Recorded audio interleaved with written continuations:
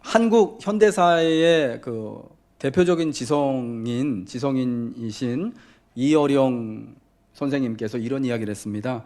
지성의 종착점은 영성이다.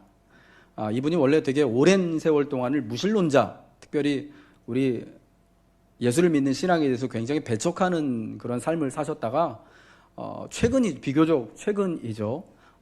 이 교수님의 이제 따님 목사님 때문에 회심을 하고 세례를 받고 예수 그리스도를 믿게 되어지고 나서 지성으로부터 영성으로라는 이제 책을 집필하셨어요. 그러면서 하신 얘기가 지성의 종착점은 영성이다라고 이야기를 했어요. 그게 아마 본인의 이제 삶, 이제까지 이제 80여 년이 넘는 그 삶을 지내오면서 자신의 삶을 반추하며 이야기를 하신 것 같아요. 이분이 현재 연세가 80세가 넘으셨는데요. 지난주에 그 조선일보하고 이제 인터뷰한 기사를 제가 봤는데 지금 항암 투병을 하고 계시는데 그 따님이 그러했던 것처럼 사실은 뭐 치료는 받지 않고 그냥 자연적으로 이렇게 이제 살 만큼 사셨기 때문에 그 하나님이 허락하신 순간 동안 뭐 눈 뜨면 기뻐하면서 감사하면서 살기로 이렇게 결심을 하셨다고 하는 인터뷰 기사를 봤어요. 그러니까 지성의 종착점은 영성이다라는 게 본인의 삶을 한 줄로 이제 요약한 것이 되기도 하면서 굉장히 의미가 있는 이야기라고 생각이 되는데요. 이어령 선생님이요 이런 얘기를 해요. 지성은 자신이 획득한 것이다. 지성은 자신이 획득한 것이다. 그러나 영성은 순전히 내가 받은 것이기 때문에 지성의 종착점은 결국 영성이다라고 얘기합니다.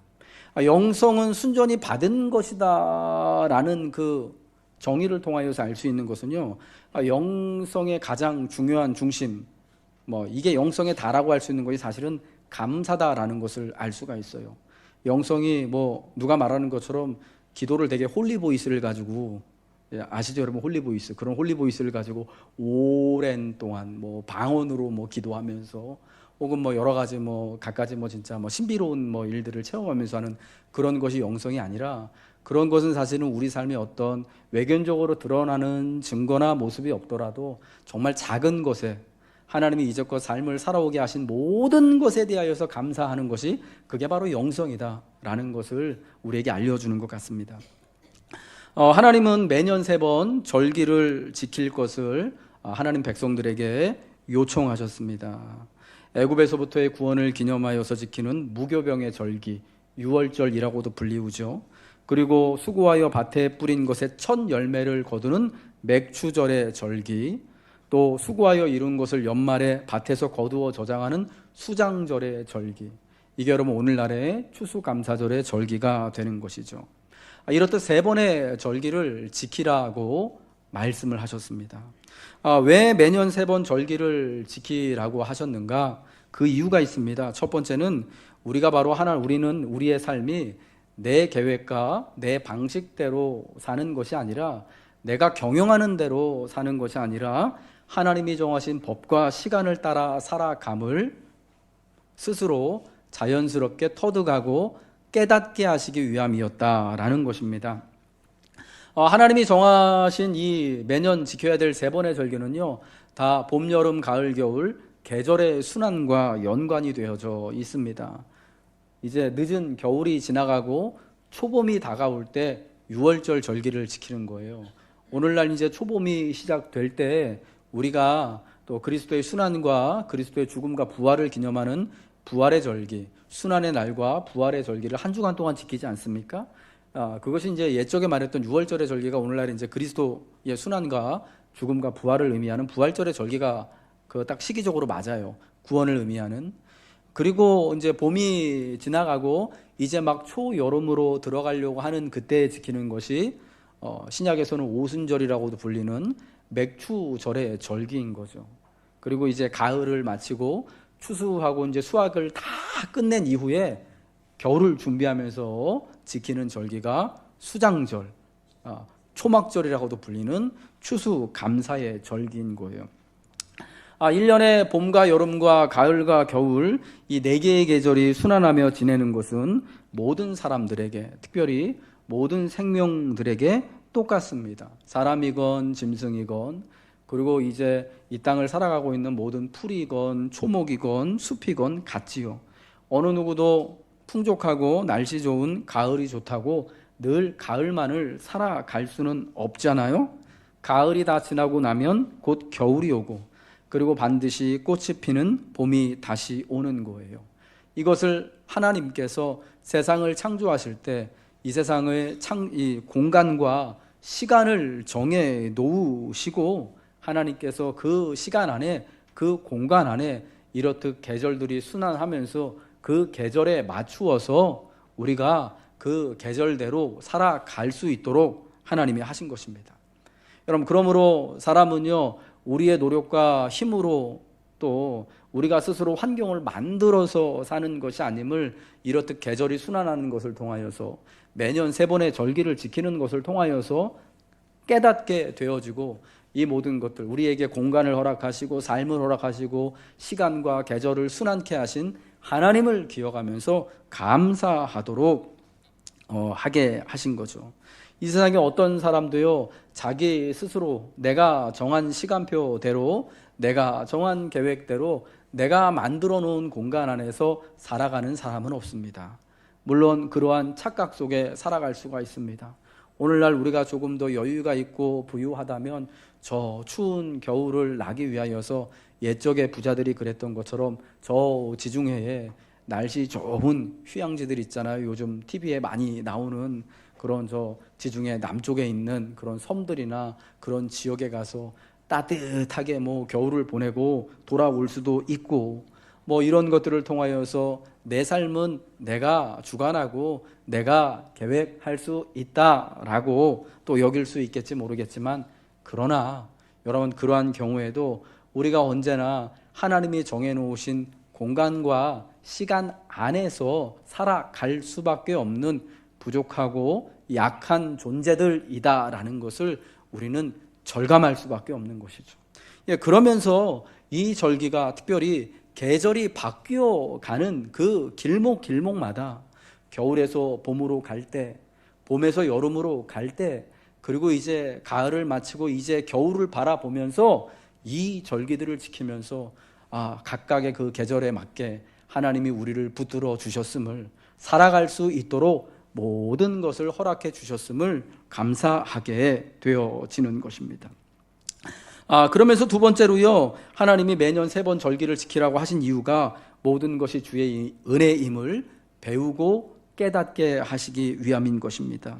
옛적에 농사를 짓던 어른들은요, 이 계절이 순환하고 계절이 순환할 때마다 항상 바쁘게 일하는 것을 통해서 항상 쌀 한 톨에 대하여서, 그 땅에 대하여서, 내리는 비에 대하여서 늘 감사하고 고대하는, 여러분, 그러한 마음을 가졌습니다. 오늘날 우리는 오늘 이 자리에서 이렇게 농사 지으시는 분들, 물론 조그맣게 텃밭을 가꾸시는 분들이 있으신 걸로 알지만, 우리가 직업적으로 농사일을 하는 사람들은 아니지 않습니까? 그래서 이러한 것들에 대해서 옛적에 우리 어른들처럼 그렇게 예민하거나 또 그렇게 또 선명하게 깨닫지 못할 수는 있을 것 같습니다.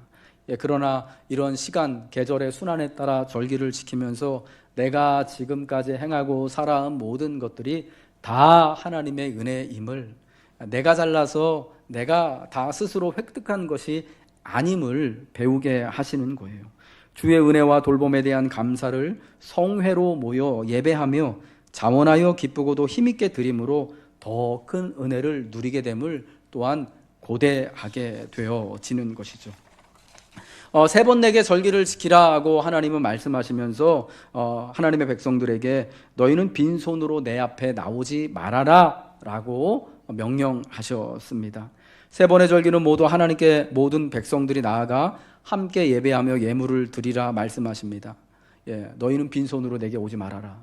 무교절의 절기뿐만 아니라 하나님께서 절기로 정하신 이 맥주절의 절기에도, 그리고 이제 우리가 오늘 이제 한 주간 지키게 될 이 추수감사의 시즌, 이 초막의 절기, 추수감사의 절기에도 역시 빈손으로 나오지 말고 하나님께 드려야 할 예물을 가지고 나올 것을 이야기하십니다. 하나님은 왜 우리에게 예물을 받기를 원하시고, 우리는 어떤 것을 하나님 앞에 빈손이 아닌 우리의 양손에 하나님께 드릴 것을 가지고 나와야 하는가? 오늘 본문 출애굽기 23장 19절 말씀을 같이 한번 읽겠습니다. 시작.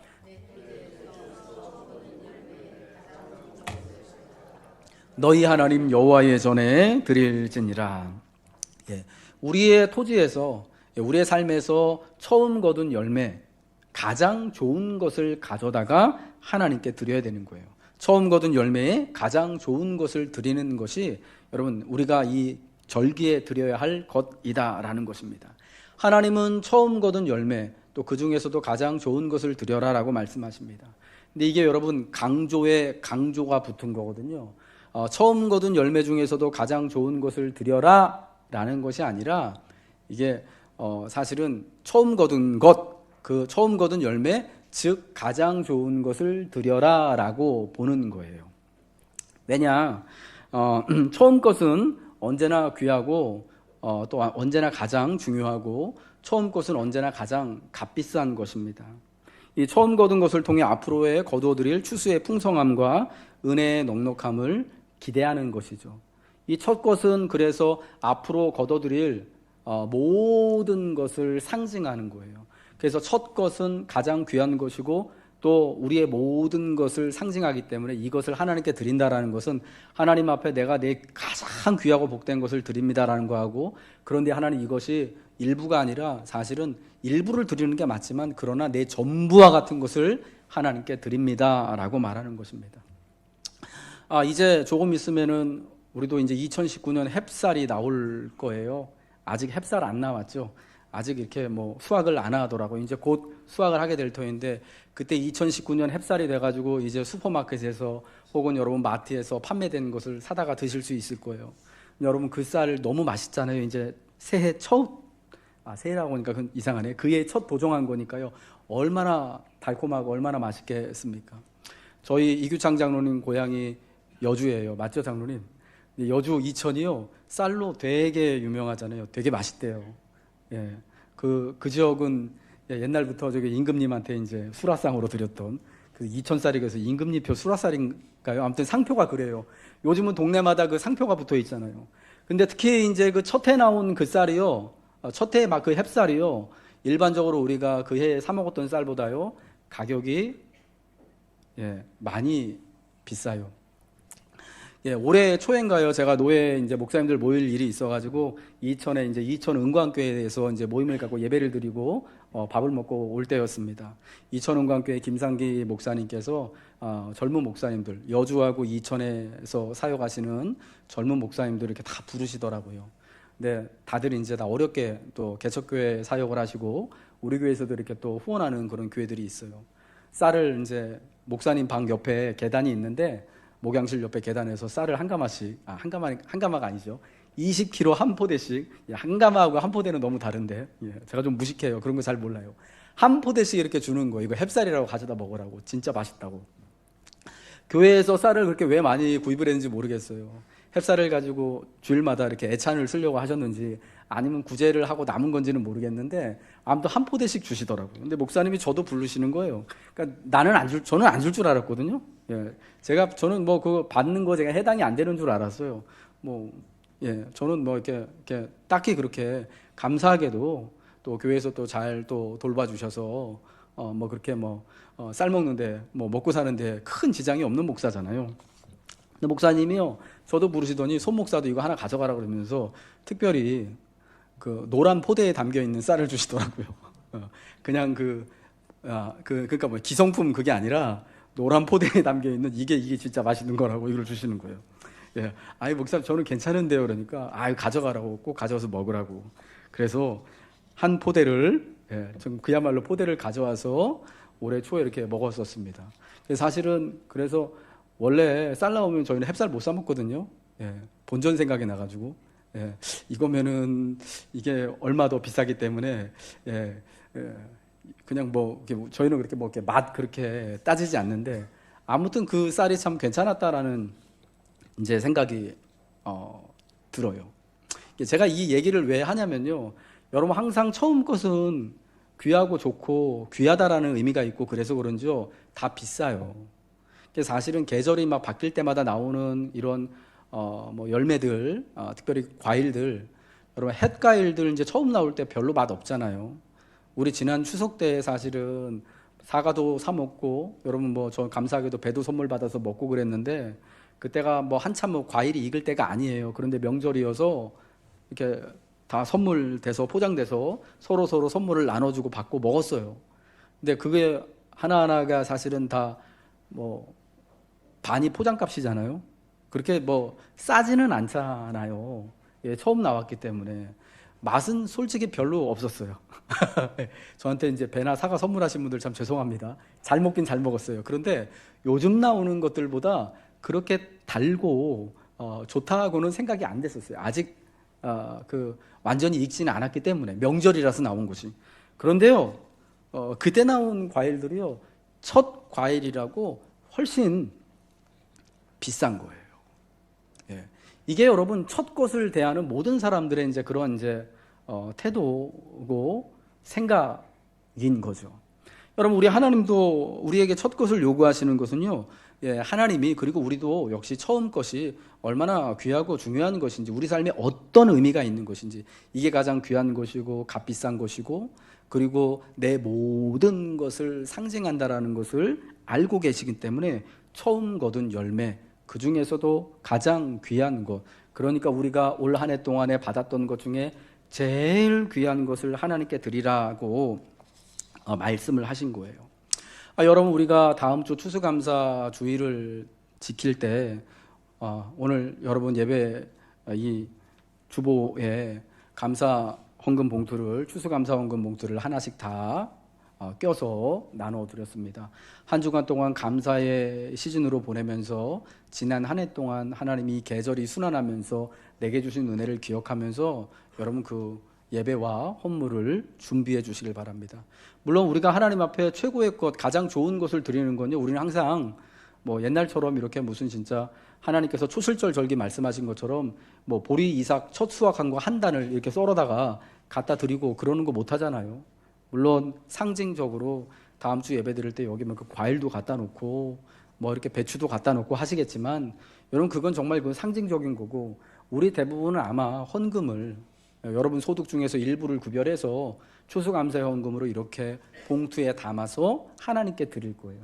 근데 여러분 저는 한번 여러분에게 제안, 권면을 드리고 싶은 게 뭐냐면 그렇게 헌금을 준비하면서요 그 한 주간 동안 한번 생각을 해보세요. 올 한 해 동안 내가 살아오면서 가장 최고의 것은 뭐였나? 내게 있어서 가장 최고로 값진 순간은 무엇이었나? 가장 귀중한 일은 무엇이었나를 한번 여러분 생각을 해보시고요. 헌금을 준비하면서 그 헌금 봉투 표면에다가 하나님 저는 올해 가장 최고의 일이 저에게 있어서 가장 처음 거둔 열매고 가장 좋은 일은 바로 이것이었습니다 라고 그 봉투에다가 적어서 준비한 헌금과 함께 여러분 그날 봉헌해 보시기 바랍니다. 그러면 우리가 또 이렇게 또 정말 처음 거둔 것에 가장 좋은 것을 하나님 앞에 드리는 그러한 우리 아름답고 근사한 모습이 될 줄로 믿습니다. 특별히 하나님께 드리는 예물은요, 이 하나님께 드리는 것은요, 모두 함께 드리며 나누고 누릴 수 있는 것이 되어져야 한다라는 것입니다. 이 세 번 절기를 지키라고 하신 이 말씀에서요, 너는 세 번 내게 절기를 지키라고 했을 때 이 너는 전체 이스라엘 사람들, 모든 하나님의 백성들을 지칭하는 거예요. 물론 하나님의 백성 한 사람 한 사람, 한 가정 한 가정이면서 동시에 전체 하나님의 백성이에요. 출애굽기 23장 14절부터 나와 있는 세 개의 절기에 관해서요, 확대 해석해 준 말씀이 어디 나오냐면 레위기 23장에 나와요. 예.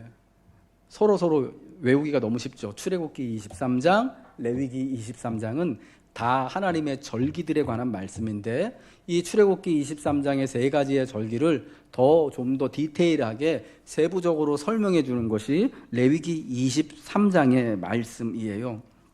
근데 거기서 하나님이 뭐라고 말씀하시냐면요, 23장 2절에 이것이 나의 절기들이니 너희가 성회로 공포할 여호와의 절기들이다 라고 말씀을 해주고 있어요.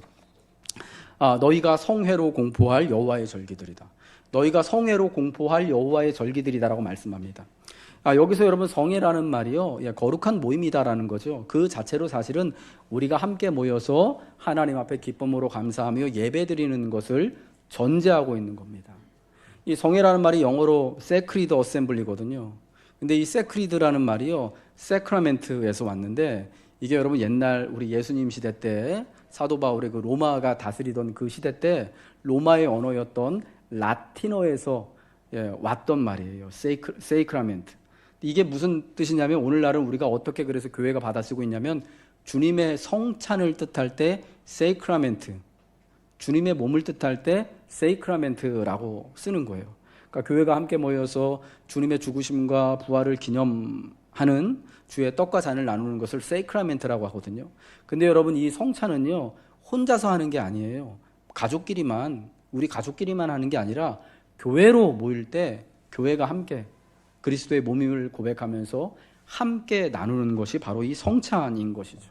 그래서 너희가 성회로 공포하라는 것은 성회로서 이날 이 절기가 우리 모든 하나님의 백성들이 다 함께 모여 하나님 앞에 예배드리며 기쁨으로 하나님께 드리며 그리고 함께 즐거워할 그런 절기다라는 것을 알려주는 것입니다. 여러분, 그래서 우리는 그날에 모두 함께 우리 모든 성도들이 모여서 예배할 수 있도록 해야 되는 거예요.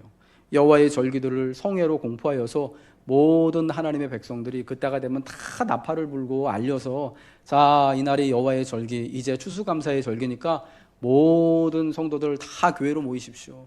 우리 녹음교회에 속한 우리 모든 성도님들, 그리고 우리 그 모든 자녀들 다 포함해서 옛날 성도들까지 다 같이 우리 11시 예배 나와서 함께 예배하고 하나님 앞에 드리며 하나님께 기뻐하며 또 하나님 주신 은혜를 같이 나누며 살아갑시다 라고 예배를 통하여서 공포하게 되는 거예요. 여러분, 그래서 이제 돌아오는 추수감사의 날 우리가 이제 옛적에 이 절기들을 여호와의 성회로 공포하는 것처럼 여러분 이웃들에게, 특별히 우리 모든 그 많은 성도들에게, 이 자리에 있는 분들보다요 우리 성도들이 훨씬 더 많아요. 저희 교회 그 전산 프로그램, 교인 관리 프로그램에 이제 교족부 프로그램에 들어가면요, 우리 교회 등록한 가정이요, 가정수로만 200가정 정도가 되고요, 교인은 400명이 조금 안 돼요. 별로 안 놀라시죠? 우리가 주일날 예배 드릴 때요, 보통 이제 이 장년 여러분들하고 청년들 합쳐서 한 140명 정도가 예배 드립니다. 아이들, 주일학교 아이들까지 다 하면 한 210명, 220명 정도예요. 그런데 좀 컨디션이 좋은 날은 청년들하고 장년들 합쳐서 정말 여러분들이 진짜 막 홀리할 때 컨디션 진짜로 좋을 때 한 150명 정도 나오고요. 컨디션이 되게 안 좋을 때 휴가철에 연휴 길 때 이럴 때 한 130명 조금 안 되게 나오고, 보통 때 한 140명 정도 나와요. 청년들까지 합쳐가지고. 근데 여러분, 어떻게 근데 이제 성도들이 한 400명 가까이 이렇게 교회 교족부에 들어가 있냐? 이전까지 있었던 분들이 이제 거기 다 포함되어져 있는 거예요. 물론 우리가 확인해서 다른 교회로 간 분이나 멀리 이사 간 분들, 그래서 이제 확인돼서 이분은 이제 교회 안 나오실 거야라고 한 분들은 그 프로그램에서 교족부에서 이렇게 제외시키기도 합니다. 그러니까 이명 보낸다 그러죠. 이렇게 정리를 하는데, 이 교회는 참 그게 어려운 거예요. 정리하고 하는 게. 그래서 목사님 이분은 꼭 가지고 데리고 있어야 됩니다. 빼면 안 됩니다. 이야기를 하시기도 하시고, 간혹 그런 분들 많아요. 우리한테도 그런 분들 되게 많은데 연락은 되는데 교회 안 나오신 분들 엄청 많거든요. 전화는 잘 받으셔요. 목사님 전화는 잘 받는데 제가 신방 가겠습니다 하면 아유 절대 오지 마세요 이러고 어떤 분은 뭐 이렇게 또 가서 만나기도 잘하는데 교회는 안 나오시는 분들, 그런 분들이 되게 많거든요. 여러분, 이 성회의 날에는요, 특별히 그 모든 성도님들 다 같이 예배 드릴 수 있도록 우리가 기도하고 같이 연락하고 이렇게 권면해야 할 줄로 믿습니다. 그래서 그날의 예배가 우리가 다 하나님 앞에 이렇게 충만하게 모여서 하나님이 기뻐 받으시는 여러분 그러한 또 모습이 되도록. 사실은 여러분, 하나님 우리에게 빈손으로 보이지 말라고 하셨는데 그 빈손이요, 그냥 우리가 뭐 하나님 앞에 제물 드리고 오늘날처럼 헌금 드리고 이런 의미보다는 사실은 하나님이 진짜 기뻐하시는 예물은요, 우리의 심령이거든요. 상한 심령들.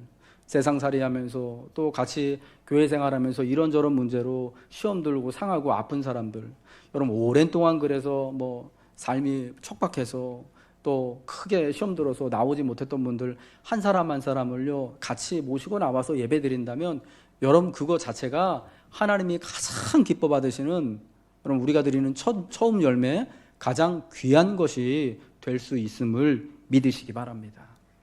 특별히 온 가족이 함께 한 자리에 모여서 우리는 예배해야 할 줄로 믿습니다. 그래서 11시 예배는 온 가족 예배로 우리 주일학교 아이들과 더불어서 우리 청년들 그리고 또 우리 자녀들과 함께 예배를 드리고자 합니다. 여러분 우리 교회에 우리가 제일 이제 가장 안타깝고 좀 아픈 그 문제점 중에 하나가 뭐냐면 우리가 세대가 이렇게 다 따닥따닥 단절이 되어져 있다라는 거예요. 청년 세대와 청장년 세대와 아이들과 예배 마치고 나서 친교실 내려가서 식사하고 이렇게 잠깐 그때 보는데 어느 때는 분명히 내 자식이 교회 왔다고 보면 이렇게 표시가 돼 있는데 나는 못 보는 경우가 되게 많거든요. 그래서 얘가 예배를 드리고 갔는지 오늘 어떻게 이제 교회 와서 잘 모임을 했는지도 모르고 서로 아이들은 우리 부모님이 오늘 예배 어떻게 드렸는지도 모르고 부모님들은 또 애들이 또 어떻게 또 신앙생활 하는지도 전혀 모르는 그런 단절의 삶을 우리가 계속해서 쭉 지금 교회 안에서도 가져오게 있다라는 거예요.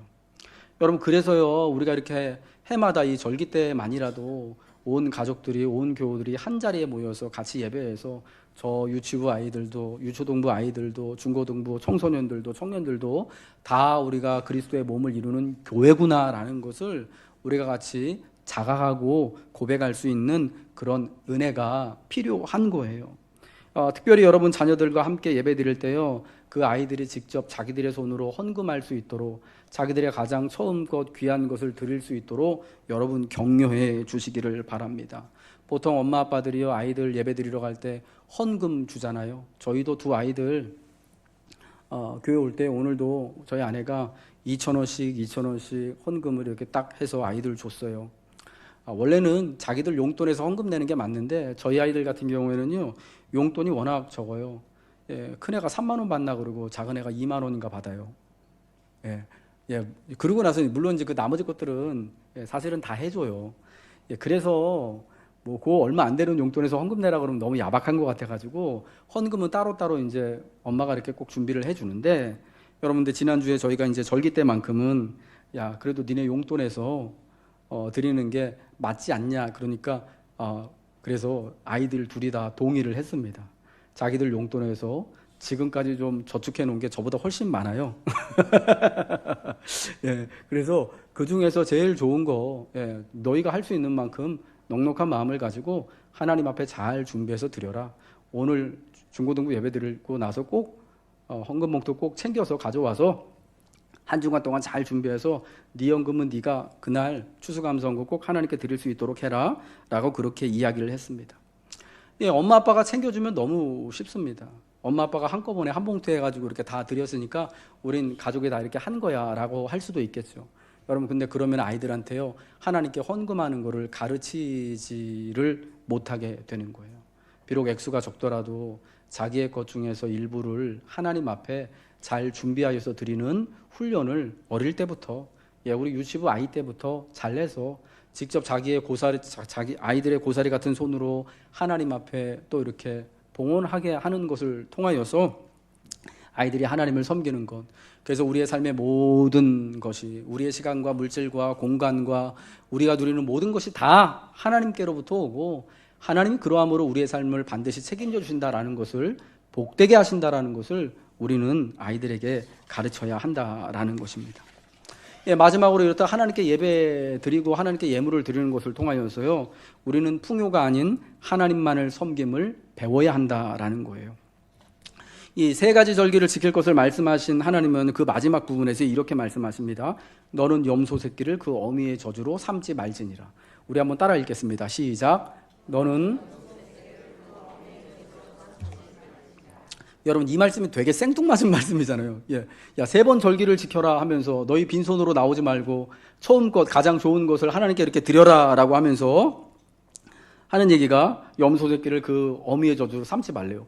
이게 갑자기 왜 절기 말씀하시면서 하나님 앞에 이제 처음 거 가장 좋은 거 빈손으로 나오지 말라고 말씀하시면서 염소 새끼를 어미젖으로 삼지 말라고 얘기하시는가? 이게요, 옛적에 이게 우상제의하고 관련이 되어져 있는 거예요. 그냥 얼핏 보면은 이게 하나님께서 동물의 생명도 굉장히 중히 여기시는 것으로 우리가 배울 수 있어요. 그래서 동물에도 특별히 동물을 대할 때도 윤리적으로 대해야 된다. 하나님께 드리는 것 우리가 비윤리적인 것이 되어서는 안 된다.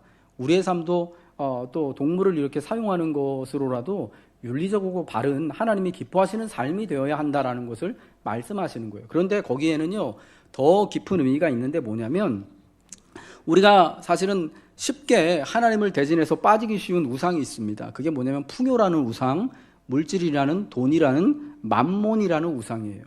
이 맘몬이라는 우상 숭배에 대한 경고를 하기 위해서 우리가 하나님보다 더 풍요함을 섬기는 것을 목적으로 삼는 것을 주의 주시기 위해서 하나님은요 너는 염소 새끼를 그 어미의 젖으로 삼지 말라라고 말씀하신 겁니다.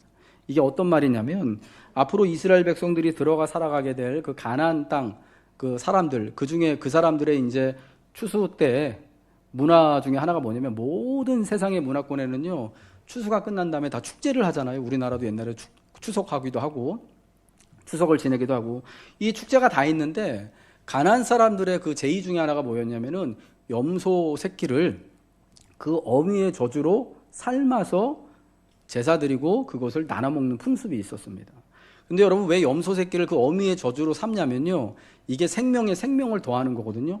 풍성에 풍성을 더해서 이 염소 새끼를 그 엄마의 젖으로 삶아 먹어서 우리가 지금까지 올해 받았던 거둬들였던 것보다 더 풍성한 수확, 내년에는 더 더블로 되는 이 풍성한 수확을 이 열매를 거둬들여야지 하는 그런 기원이 담겨져 있는 거예요. 엄마 염소를 통하여서 새끼가 생명이 태어나요. 그리고 또 엄마의 젖을 통하여서 그 생명이 또 이렇게 성장합니다. 근데 그거를 그 새끼를 그 어미의 젖을 통하여 삶는 것을 통하여서 생명에 생명을 더하는 풍성함에 풍성함을 더하는 것으로 사람들은 그렇게 의미를 거기다 갖다가 붙인 거예요. 예, 그래서 이게 이스라엘 사람들에게 이제 경고를 하나님께서 주시는 거죠. 가나안 땅에 들어가서 지금까지는 40년 동안 유랑하고 목축하는 삶을 살았다면 가나안 땅에 들어가서는 정착하고 농사 짓는 우리식으로 하면 한 곳에 정착하여서 가정을 이루고 사업체를 경영하든지 뭐 이렇게 직장 생활을 하든지 삶을 살아가는 이 삶을 살아가게 될 때 우리가 사실은 제일 추구하는 게 뭐냐? 제일 되는 목적이 뭐냐? 얼마나 더 많은 우리간을 질 것이냐? 얼마나 우리 아파트 평수를 더 크게 넓힐 것이냐? 얼마나 많은 땅을 가질 것이냐? 얼마나 많은 소득을 누릴 것이냐? 얼마나 많은 것들을 풍성히 거둬들일 것이냐? 이게 사람의 목적이 되기가 너무나 쉬운 거예요. 여러분 그래서 풍성한 삶을 위해서는 더 많은 것을 가지고 소득으로 수확하기 위해서 사람들이 여러 가지 반칙도 행하기도 하고 그리고 동물도 뭐 하나님이 허락해 주신 것들 자기 마음대로 이렇게 막 대우하기도 하고 사람이 사람에 대해서 몹쓸 짓도 하고 국가가 국가에 대해서도 참 해서는 안 된 짓도 하게 되는 거 아니겠습니까? 여러분 그래서야 하나님은요 너희가 섬겨야 할 것이 풍요함이 아니라 풍성함이 아니라 더 많은 물질이 아니라 사실은 나다. 저 많은 곡식이 복이 아니라 하나님이 복이다라는 것을 분명하게 알려주시는 거예요.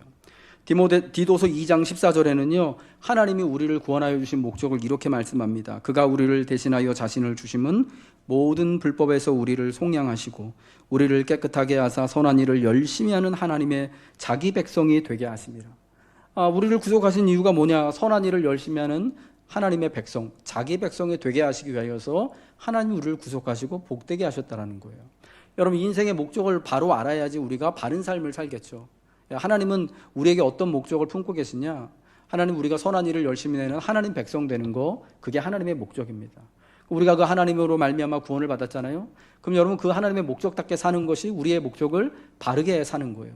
근데 여러분 내 세상은 인생의 목적이 다른 것에 있다라고 말하기가 너무나 쉬운 거예요. 하나님이 아니라 그저 내 인생의 성공, 더 많이 갖고 더 풍성함을 누리고 더 많은 것으로 남기고 채우는 것 이게 여러분 하나님을 대신하여서 경쟁하는 그것이 되기가 쉽다라는 겁니다. 오늘 우리가 이 추수감사의 시즌을 보내면서도 사실은 우리도 이러한 실수할 수가 있게 되는 거예요. 하나님 앞에 처음껏 가장 귀한 것을 드리면서요, 여러분 마음속에 솔직히 그런 마음이 없다면 다 거짓말일 거예요. 내가 하나님 앞에 여러분 이 물질을 떼어서 드린다라는 것이 이게 여러분 쉬운 일 아니잖아요. 그것도 처음 것을 레위기 23장에 보면요, 우리가 먹기 전에 초실절에 예물을 드릴 때 보리 이삭 한 단을 처음 추수할 때 가져다가 하나님 앞에 요제로 흔들어 드려야 되는데, 그 전에 이 처음 열매를 드리기 전에 너희가 볶은 곡식도 먹지 말고 뭐 빵을 쪄서도 먹지도 말고 삶아도 먹지도 말고 볶아서도 먹지 말래요. 하나님 앞에 먼저 드린 다음에 먹으라 그랬거든요. 근데 여러분 이게 쉽지 않잖아요. 드리는 것 자체도 사실은 굉장한 믿음을 요하는 거예요. 아멘이시죠? 예. 그런데 이게요, 사람이요 너무나 참 간사하고 우리가 연약해서요, 하나님 앞에 이것을 드리면서요 항상 생각나는 게 있어요. 내가 이렇게 귀하고 좋은 것을 드리니까 하나님이 내 손에서 전체를 다 받으시는 거네. 그러면서 어떤 마음이 드느냐, 하나님 내가 드린 것 이상으로 더 크고 좋은 것으로 나한테 채워주실 거야. 여러분 이런 마음이 우리가 솔직히 저도 있고, 여러분 하나님께 드리면서 그런 마음 없으시진 않잖아요. 우리가 여러분 그런 마음이 다 있단 말이에요. 여러분 그래서 이게 어느 순간에는요, 이게 내가 정말 기쁨과 감사함으로 순전함으로 하나님께 드려야 하는 것이 하나님과